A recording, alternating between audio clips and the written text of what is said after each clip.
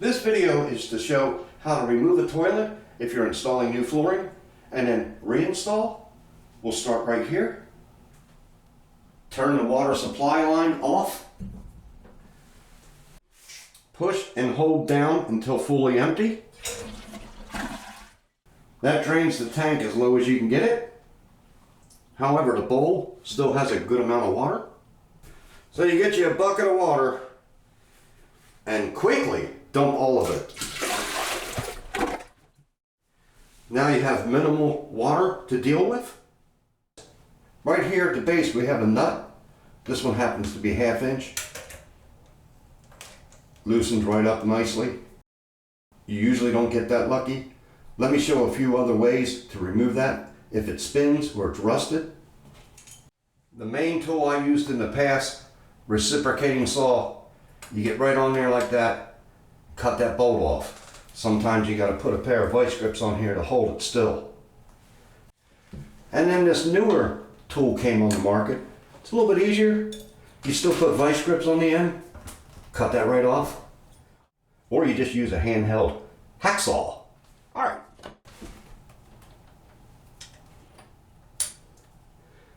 Same to the other side.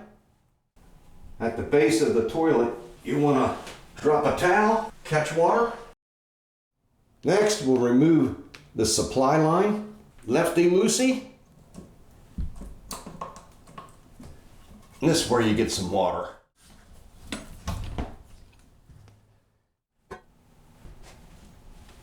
Some people install that towel in the bathtub. Leave that to your discrepancy. Right here is a good equilibrium in weight distribution. And we want to keep it level so the water doesn't come out the bottom. The towel catches any water and that nasty wax ring on the bottom. However, we need to get to the bottom to clean that wax ring off. And there's a little bit of water remaining in here. And if you want to remove that, just tip the toilet backwards and it drains right out. Now we can roll it. There's also some water in here. You can dab that out with the towel. Say goodbye. This wax ring looks relatively new. It's uniform, in nice shape. It's not squished down very much. So to remove it, pair of gloves. Get underneath that rubber, right there. And then a bag. And then you get some towels to clean up the rest. So I'd like to point out the flooring height and the flange. This is set a little bit lower than this flooring, and you can get away with that. Normally, you want it flush with the flooring. As you can see, it's that much. That's not enough to worry about. I'll get a regular wax ring, the same thickness that came off, and I'm only putting sheet flooring down, sheet vinyl. So that's very thin. However, if you were putting vinyl plank or tile in here, then you'd have to put an adapter in here to raise it up or use an extra thick, double thick wax ring. To get the remaining silicone off this area, I use the drywall knife and then I scrape the entire floor, any high spots, and then I swept and vacuumed the entire floor.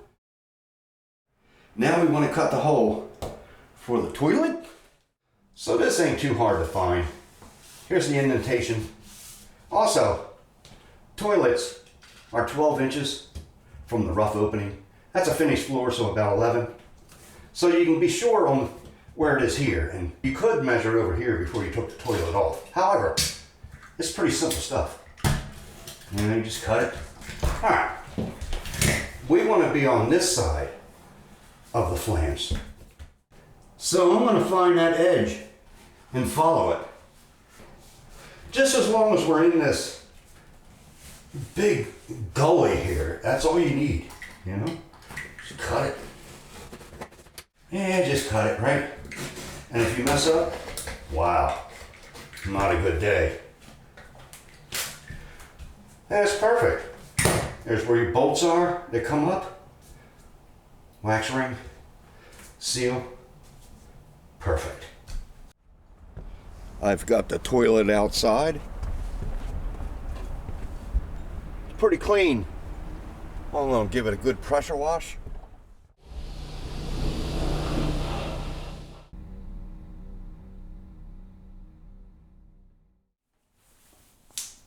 I've got a couple different style seals, and this one here showed up on my supply trailer. No clue where it came from, but that's a good thing. I'll be able to demonstrate the differences. Each kit supplied with the bolts. So this style is new to me. I've never used it before. Did a little bit of research. And if your flange is above the floor, sitting right on the floor, and sticks up just a little bit, you just use this piece right on there. And that's all you need. However, if you're flush with the floor or 1/4 inch down, you install this on your bolts and then this over top. And if you're more than 3/4 inch down, you buy another one of these and it's stackable. So if you have tile, and this is squishy. So that's your seal right there. Compression. Same here. Compression. Now I've seen some videos where folks take their toilet off to inspect this and they get all bent out of shape because the glue has separated here. However, I think they're overthinking it because the glue is just there just to hold the unit in place. In other words, it's compressed. So this is a seal compressed against this one, the same on the bottom there, and compressed against this one. It doesn't matter about the glue. There's your compression fit. I don't think I need to be that high. And later, I'll actually demonstrate with a dry fit with the toilet to see what I need. So, we'll move on to this one. This one here, I purposely bought this for certain scenarios, such as what I'm doing right now. Let's say you buy a home and your wax ring is leaking, but you know you're going to put flooring in later. So you take it off, clean the wax ring, install this. Then 6 months down the road, you're going to redo the flooring. You take this off, there's no mess, and then I use a wax ring.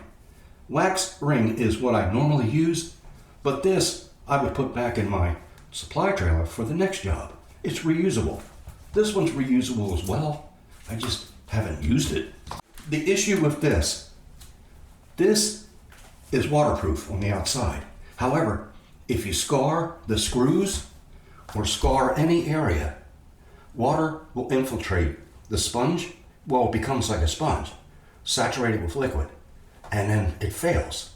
So be extra careful when putting your bolts through, and I think it's a good unit. And look at the thickness. This actually does what this does all in one unit. Let me demonstrate with a Folger canister. If you have a rocking toilet, when it rocks this way and then rocks back, it stays sealed. It's under compression. That's sealed continuously. Where wax, once you rock, the wax stays down and then the leak occurs. And this one here, I would say, is not as sufficient in rocking. It only goes so far, where this one has a lot greater distance. All right, so now I'll demonstrate a dry fit to see what I need. I'll start with the single layer. So there's no bolts in there. We're just going to line them up with the holes. And what you want to feel is a connection between that and the base. You want it to actually be off the floor, so you have room for compression. So I don't feel any sponge action, compression, so I need the spacer. However, with wax or the green one, they would both work first time around. Now, we should feel a good compression. That's nice. See how it rolls just a little? Then when you pull the bolts down, it seals tight. So you've got a slot here with a wide area. Just tilt that in there. You see how you can turn it? You want to turn it after you get it in there? Just like that. Straight over into that wax. See, you don't need to clean all the wax off. It helps hold things. Same on this side. Turn it. That's so it won't pull out. It won't pull out anyway, it's just a wider base for strength. Then you got these little plastic things that slide over. So you get it all the way down and then hold it and pull tight. And that keeps the stud straight up for easy alignment. Do both sides. You want to be the same distance from the wall. You can take a measurement from the wall to have it perfect. So then your toilet is in line with the room, the wall. So, spongy down, right over top. Nice. Same with this. So what I do is I line this side up first and keep it upward so you can see on that side. All right, look at that. So it's got, say, 1/8 of an inch or a quarter to squeeze down. It's not a whole lot, but it's just enough. All right, we'll try it. I like plastic against porcelain, as long as your washer is smaller than that. So you get your bolt snugged up on both sides, and then snug it down. Do not over tighten. You could crack the porcelain. Also, just before snugging the bolts, you can move this either way just a little bit to line it straight up with the wall.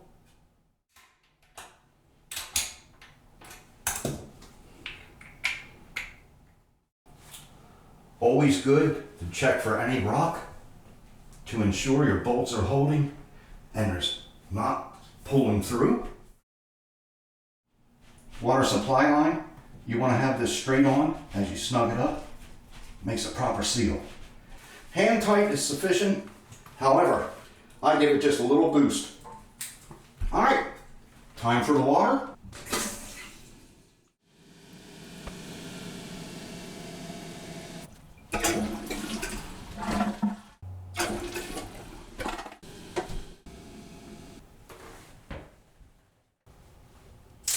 I'd like to thank everyone for watching. Hope this has helped someone. And in the next video, I'll share the installation of the new vanity, faucet, mirror, possibly moving the light,